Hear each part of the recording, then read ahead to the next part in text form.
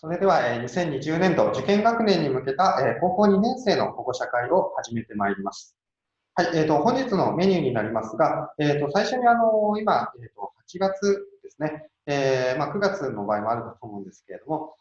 こちらで行っていたプレ受験生の夏ということで、こちらの振り返りを、してまいります。はい。で、次に、受験学年の指導方針ということで、いよいよ高校2年生10月から受験学年となってまいります。そちらに向けた、指導の方針、学習の、手引きというのを、してまいりたいと思います。はい。で、最後、そうしたところでかかってくる河合塾学び室での学費、今後の学費についても、説明差し上げますので、よろしくお願いいたします。はい。3密を避けての、実施になりますので、マスク外して、お話をさせていただきます。それから、送らせていただいたスライド、パワーポイントの資料ですね、最後のページ、補足資料の後のページに、アンケートの回答欄がございます。こちらですね、視聴していただいた後、必ずアンケートのご視聴を、お願いいたします。このご視聴をもって、保護者会ご参加いただいたと、こちらもわかりますので、ぜひ、よろしくお願いいたします。はい、では内容を進めてまいります。はい、こちらでお伝えしたいのはですね、先ほどもちょっと言ったんですが、高校2年生、みんな、できればこの10月から受験勉強というのをスタートしていきたいということです。マナビスの場合、もともとですね、逆算カリキュラムというのを組んでおりまして、受験生が、現役生、特に現役生ですね、大学入試に向けて、最も不安であったり、不足してしまうものって何かっていうと、やはり、実践演習なんですね。はい。で、特にそれは大学別の演習などにはなかなか時間をかけることは難しいと。で、そこの時間をしっかり取るために、具体的に言うと、高校3年生の9月、10月、早い人で夏休みから大学別の対策というのをしっかりやっていけるように、この高校2年生の10月、9月いっぱいまでには、基礎学力をしっかり完成させておきたいと。入試勉強を始めるにあたっての土台作りを終わらせておきたいと。で、その土台作りが終わった上で、10月から受験レベルの学習を始めていこうと。そういった、合格からの逆算カリキュラムというのを立てております。したがって10月から受験勉強スタートというようなお話をさせていただいております。はい。ぜひですね、いろいろな、この後出てくる話もありますが、この10月から高2受験生なんだっていうのは、ぜひぜひ頭に、強く留めておいていただければと思います。はい。で、はい。で、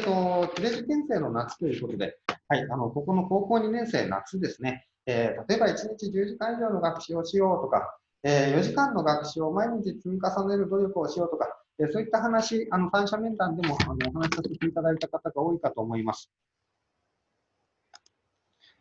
はい。で、この7月、8月のプレ受験生をホップ、ステップの、ステップというか、ホップにして、で、9月継続して学習を頑張り、10月から本格的に受験勉強をスタートすると。こういったお話ですね、8月度の、高校2年生月例面談でも、我々から生徒さんに直接お話をさせていただいているところではあります。はい。いかがだったでしょうね、このプレ受験生。はい。見ておりまして、1日10時間勉強を5日以上するぞというような生徒さん、結構いらっしゃいました。で、実際それができたぞという生徒さん、最初やるぞって言ってた生徒さんよりは当然多くはないんですが、結構多くの生徒がやってくれたかなと、そんな風には考えております。はい。で、こちら先日から視聴していただいている、生徒向けセミナーの内容になります。はい、ここで、これからの学習量をどんどん増やしていこうと、徐々に増やしていこうと、それが1学期、夏でやるべきだぞと、そんなお話をさせていただいておりました。はい、いかがですかね、徐々に学習量増えているでしょうか。はい、その中で大船校の、受講数のランキングなんですけれども、8月の1日から8月17日に、を集計期間としておりまして、90分換算で何校受講したかというののトップ10をこちら、出させていただいております。一番多い子で17日間で29校と、ほぼ1日90分授業2校ずつやっていってというような感じですかね。はい。10位の子でも 17.5 と、ほぼ毎日90分授業1個ずつ受けたと、そんなような、頑張りを見せてくれております。こちら、セミナーでも出しましたし、校舎内でも掲示があるんですけど、やはりですね、それを見て、かなり刺激を受けた生徒さん多くいたかなというふうに思っております。はい。で、そんな夏休みを終えて、ある卒業生でですね、こんなことを書いてくれた、人もいました。はい。で、こちら、マイマナビスで、お子様の振り返りというのをご覧いただけます。8月分の振り返りというのは9月分にご入力いただいております。マイマナビス、マナビスの、アプリなんですが、すぐダウンロードもできますし、もし、よろしければぜひご確認いただければなと思います。はい。で、もう一つ、夏の目標として、第一志望校を決定しようという目標がございました。はい。で、志望校を決めるまでのマナビス卒業生の事例というのがこちら書いてありますけれども、ぜひぜひですね、お子様に、声をかけていただければなと思います。よくパンフレットをお母様が取り寄せてですね、どう見たらっていうような感じで、机に置いとくと、全然見ないんだけどみたいな話も聞くんですけども、そんな感じでですね、大学のパンフレット、などをきっかけにお話などしていただけるといいなと思います。はい。また、我々にぜひ、またご相談もいただければと思います。アシスタントアドバイザーという学生の、アドバイザーもたくさんおりますし、そうした学生の生の声なども、聞いていただけますし、我々も、進学に対する当然、情報、データ持っておりますので、はい。そういったことをぜひぜひお気軽にご相談いただければと思います。いかがですかね。夏で第一志望決まったぞという高校2年生の生徒さんおりましたかね。はい。で、こちらはですね、高2の秋から本格的に学習を、開始して、明治大学に、偏差値48.9から、64ぐらいまで上げてですね、見事合格された生徒さんの例になります。はい。やはりですね、9月の高校2年生、これ受講数になるんですけども、90分授業15回ずつ。で、この子の場合は、10月、11月だと学校のイベントや試験があって、12月から本格的に90分授業25回とかですね、ほぼ毎日マナビスに来るようなペースで学習を進めていったと。はい。で、その後もこうやって夏休み、どんどんですね、まで、右肩上がりに学習量を増やしていき、はい。そうした中で模試の成績も非常に順調に伸びていって、見事、明治大学の定期合格を果たされました。目安のその学習量として、こういった学習の仕方なんだなというのはちょっと、参考にしていただければなと思います。はい。高2の夏は受験に向けた学習を始める前の大切な準備期間でした。で、ぜひぜひその夏の成長というのをご確認いただければとも思いますし、志望校に関して、また8月、ごめんなさい、9月後半から面談用意しておりますので、このあたりもし何かありましたらお気軽にご相談いただければと思います。はい。で、いよいよ、高校2年生の10月から、高校2年生は受験学年となっていくわけですけれども、そちらの指導方針について、お話をいたします。はい。このあたり、生徒セミナーでもお話をさせていただいている内容なんですが、やはり、自立であるとか、自立ですね。立ったりしたりの自立です。はい。こういうところを、しっかり身につけられた子というのが、受験でも、勝っていける子だなというのは、毎年毎年つくづく思います。はい。いよいよ10月から受験生というところで、ぜひ、受験生の条件というところをぜひご確認いただければと思います。はい。学習量とかですね、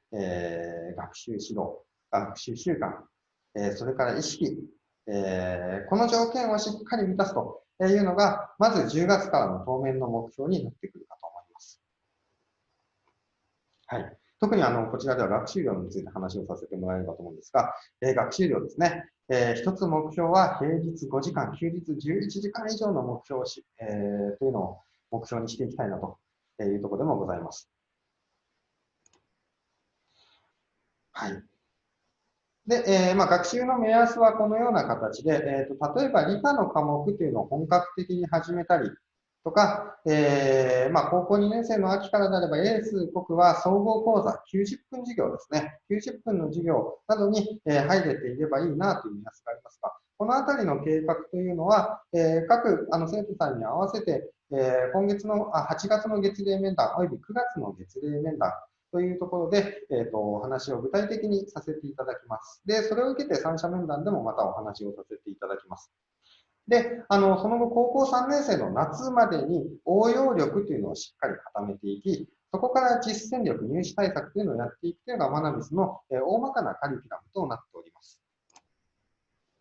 はい。で、それに向けて、どんなふうに学習をしていくか、受験生として何を目指すのかという合格ストーリーを作ろうというセミナー、先日、生徒さんに見ていただいております。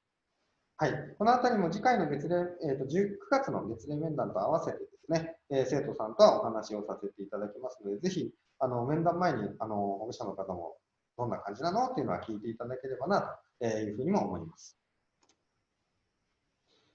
はい、一つ例としてはこういう感じですね。はい、学習量の目安ということで、ほぼ毎日学習するというのが一つ目安となってまいります。はい、でこちら今の実力と志望校に合わせて、各カリキュラムというのを作ってまいります。このカリキュラムですね、内容としては応用力を、養成する、形式に対応する力と、こちら記載されておりますけれども、テーマ別講座までをどのように進めて、どのように終わらせていくかという計画を、生徒さん一人一人に立てさせていただきます。はい、こちら、月例面談で生徒さんとお話をさせていただきます。はい。マナビスの講座、当然のことながら、効率よく学習ができます。自分のペースに合わせて受講ができるというのもいいところかなと思います。でこうしたところを、しっかり考えながら、学習のカリキュラムというのを立ててまいります。はい。その効率ということでいうと、先日ですね、先日といっても3年ぐらい前ですね、すいません。マナビスの英語の授業を担当している河合塾の講師の、成川先生、成川が、話をしていたんですが、成川先生は河合塾でも教えているんですけれども、集団の河合塾ですね。で、同じような高校、同じクラス特典隊の、生徒たちへの指導において、同じ教材、問題集のみで、学習した生徒たちと、自分たちの、授業ですね、自分の授業、映像授業のみで学習した生徒さんを、比べたときに、やはり問題集のみで学習した生徒さん、非常に時間がかかってしまった、3倍の時間がかかったと、成川先生はおっしゃっておりました。はい。やはりポイントを、しっかり絞ってであるとか、大事なところを、強調してお伝えをしたりとか、問題集以上に映像授業というのは、生徒さんに効率よく学習ができる、その道しるべにはなるのかなと思います。はい。で、現役生、やはり受験本番に向けてかなり時間が限られている中で、やはり授業をベースに学習を積み重ねていくというのは、効率がとても良い学習の仕方になってくるかなと思います。はい。で、成績の目標というのを模試ごとに立てていくんですけれども、一つ、例えば、偏差値、が、57.5の大学、千葉大学文学部国際言語文化学科と書いてありますが、を、目指すぞという場合、一つ目安として、高校3年生の10月下旬の模試でこの偏差値57.5を取ろうと。で、それに向けて、段階的に、この時期までにはこれを取っていこうというような、成績を立てていって、で、その中間目標として第1回の模試ですね。実は今年ほとんど、行えなかったコロナ騒動のせいでですね、行えなかった模試ではあるんですが、こちらを中間チェックとして、学習の指導というのをしていきます。とてもよく頑張れば 2.5 ずつ上げられるぞと、そういうような計画を立てながら、逆算で、10月下旬にはここまで上がっていたいと。そしたら、5月まではここまでの成績を目標にしようと。こんな感じで、模試を設定していくと。はい。これは生徒さんにもよるところで、みんながみんな 2.5 ずつというような設定をするわけではないです。はい。で、10月から始める、学習の中間チェックとして、その5月の模試を使い、最終的なゴールとして、1年後の10月の模試、ここでしっかり、C 判定以上が出せる成績というのを目指す学習を進めてまいります。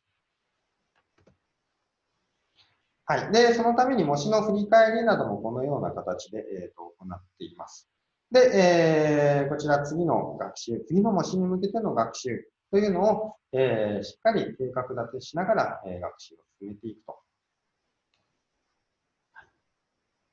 ちょっと右上、見づらくて恐縮なんですが、お手元の資料などでご覧になっていただければと思います。はい。で、見事そうやって受験の勉強のスタートをこの夏から切り、で、本格的に受験勉強を始められた、こちら大船高校の卒業生の生徒さんの、例になります。水泳部でですね、夏の部活というのは、かなり忙しい部活の生徒さんだったんですが、高校1年生からいらっしゃってですね、高校2年生、ほとんど毎日、マナビスに来て学習をしておりました。先ほど言った単元別講座というのをですね、8月の上旬ぐらいまでに終わらせていて、で、9月から、本格的に総合講座に入るぞというので、8月は、その定着期間に当てて学習をしていましたね。はい、英語はその定着期間に当ててました。数学は、理科は自分で進めて、どんどん学びして進んでおりました。はい。本当に毎日ですね、この高2の夏休みいらっしゃって、で、いよいよ11月下旬テストが終わったあたりから、先ほど言った90分授業でいうと25を超えるような学習をですね、して、で、見事そのまま走り抜けて、横浜国立大学に合格された生徒さんということになります。はい。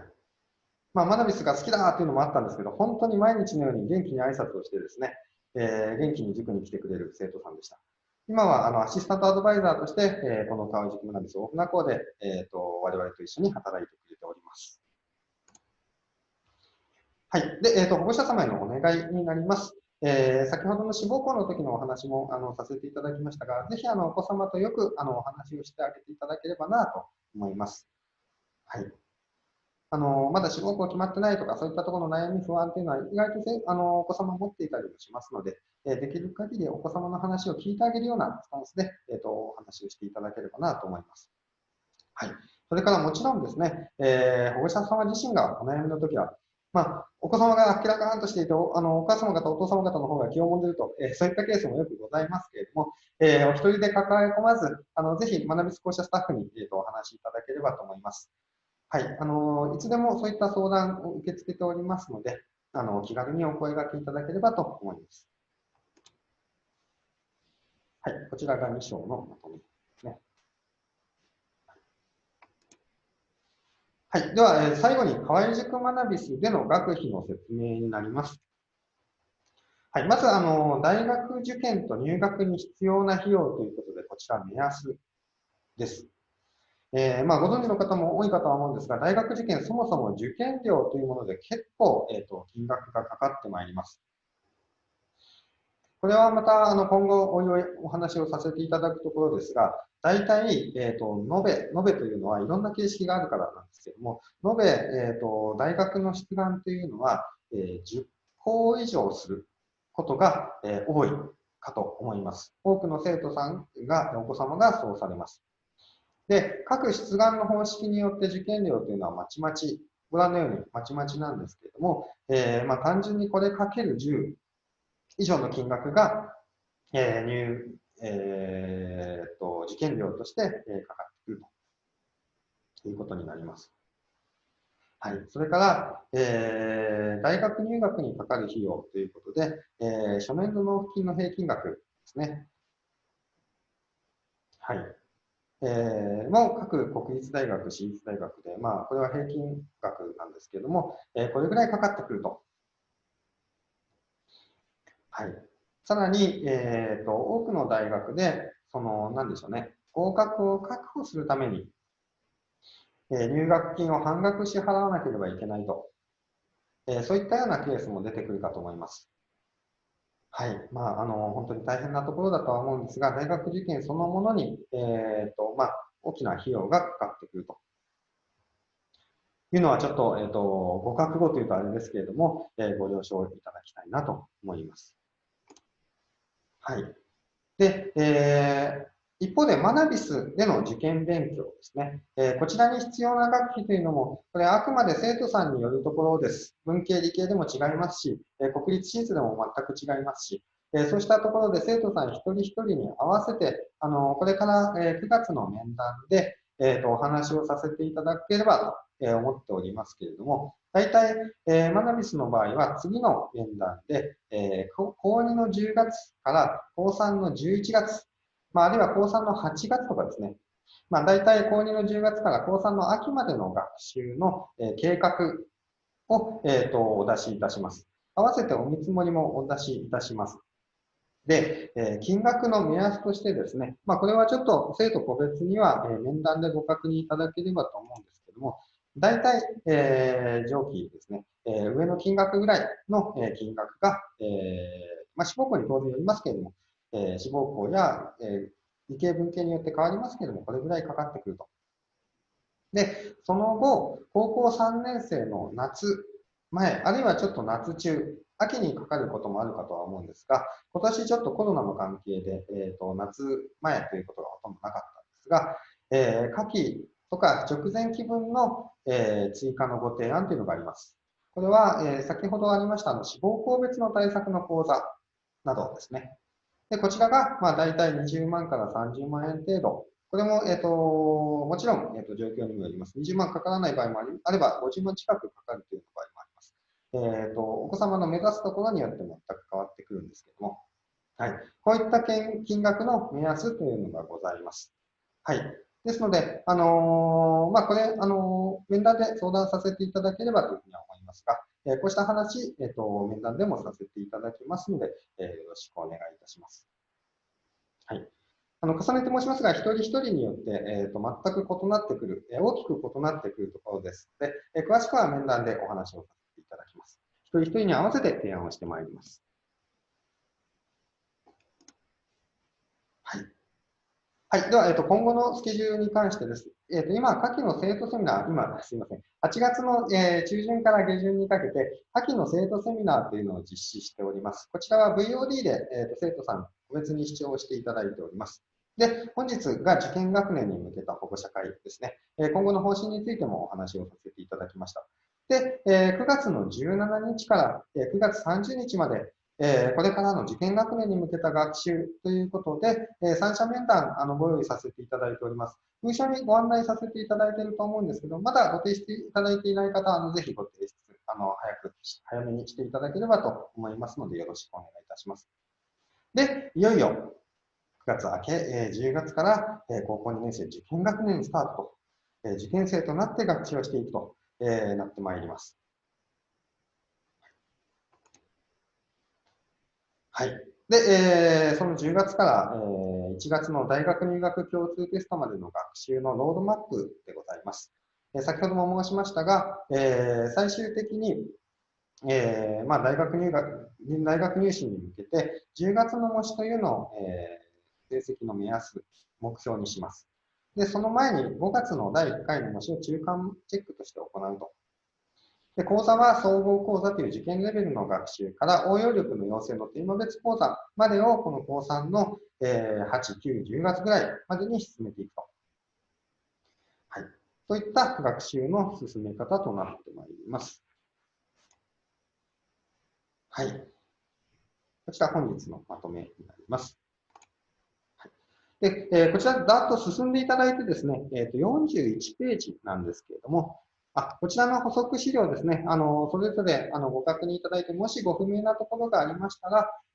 三者面談などで聞いていただければと思いますので、よろしくお願いいたします。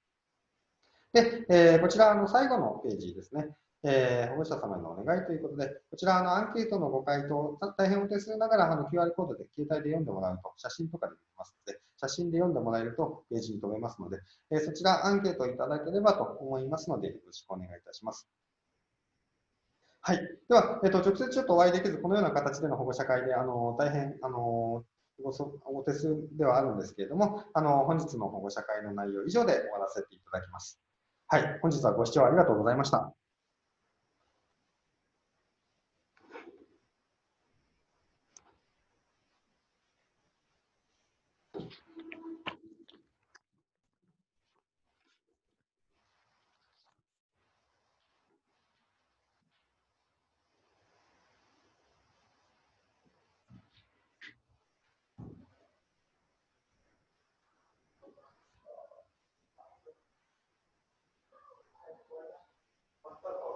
どうやって覚えていくんでしたっけ？ああ、そうか、そうか。ズームゼロというファイルが作成されて、